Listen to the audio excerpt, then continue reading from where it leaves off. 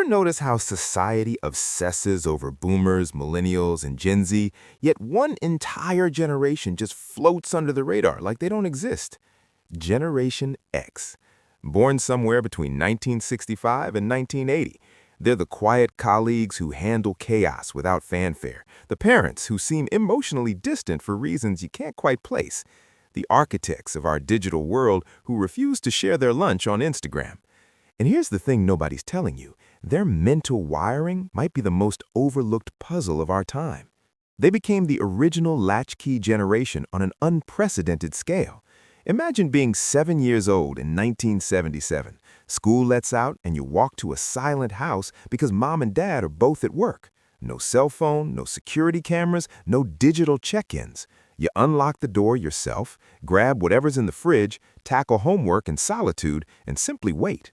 Research from the American Journal of Orthopsychiatry revealed that by 1984, roughly 7 million kids aged 5 to 13 came home to zero supervision daily, an entire cohort absorbing one brutal lesson: people won't always be around when you need them.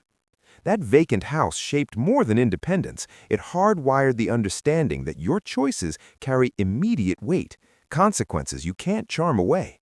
When parents eventually arrived home, expectations were crystal clear.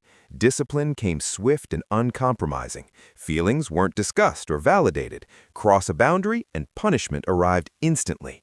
Actions had weight because nobody was there to cushion the fall. Psychologists describe this as high-contingency conditioning, where cause and effect connect without delay or negotiation. Their brains developed predictive risk assessment that leaves younger folks genuinely confused. Gen X watched their parents preach stability while divorce rates exploded through the 1970s and 80s.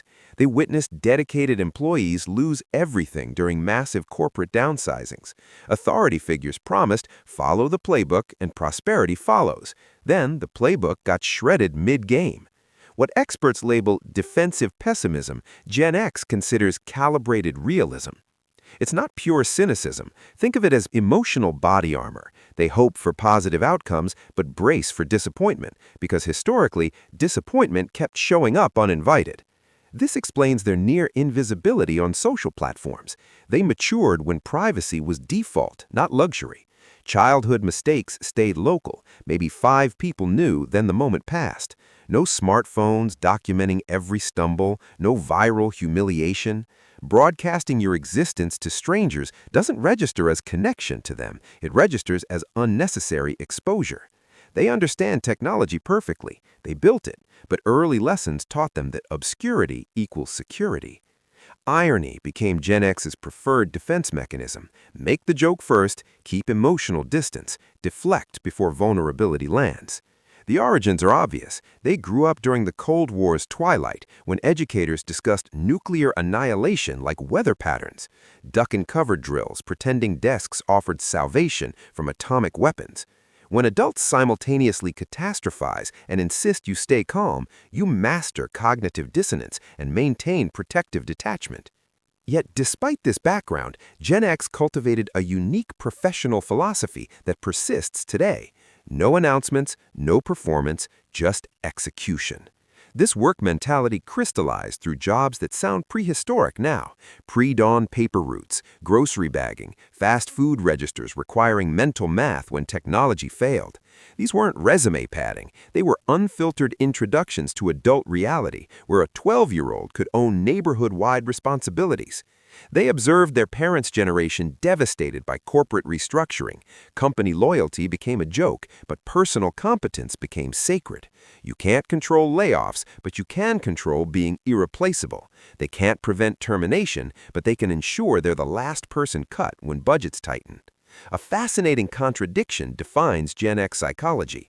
They embody radical self-sufficiency while practicing quiet collaboration. They'll never request assistance, solving problems solo since childhood. But when you need support, they materialize without fanfare or Instagram stories documenting their generosity. This stems from building essential friendships during parental absence. Their relationship with authority contains layers. They respect earned expertise, not inherited titles. Demonstrate genuine competence, and they'll follow indefinitely. wave credentials without substance, and their patience evaporates immediately. Gen X interrogates authority because incompetent leadership made catastrophic decisions during their formative years. Watergate, Iran-Contra, the bungled AIDS epidemic. They navigated economic turmoil their parents never faced. Younger Gen Xers graduated college directly into the dot-com collapse. Older members hit professional peaks when 2008's financial crisis struck. Repeated economic trauma explains their diversified income strategies, not entrepreneurial ambition, survival instinct. Nothing permanent exists. Gen X exhibits what researchers identify as self-reliance patterns verging on pathological. They excel during emergencies, but that capability springs from refusing dependence on others. Studies in the Journal of Adult Development demonstrate Gen Xers report significantly lower help-seeking during stress, not from lacking support networks, but because requesting help feels like personal failure. This independence extended to information processing. Pre-internet, knowledge carried physical weight. Gen X invested hours navigating library card catalogs, hunting single books containing needed answers. Information demanded effort and time investment. That struggle made learning stick differently. Cognitive scientists call this deeper encoding. Effortful acquisition creates permanent memory integration. They learned physical problem solving because that's what you did when bicycle chains broke or televisions malfunctioned. No technician calls. You flipped the bike over, got your hands dirty, and figured it out. This built mechanical intuition, confidence that with patience and basic tools, you could master the material world. Now they're watching their children inhabit completely alien territory. Helicopter parenting, constant supervision, social media documenting existence. They provided attention they never received, but sometimes wonder if they've created fragility, dependency, excessive visibility.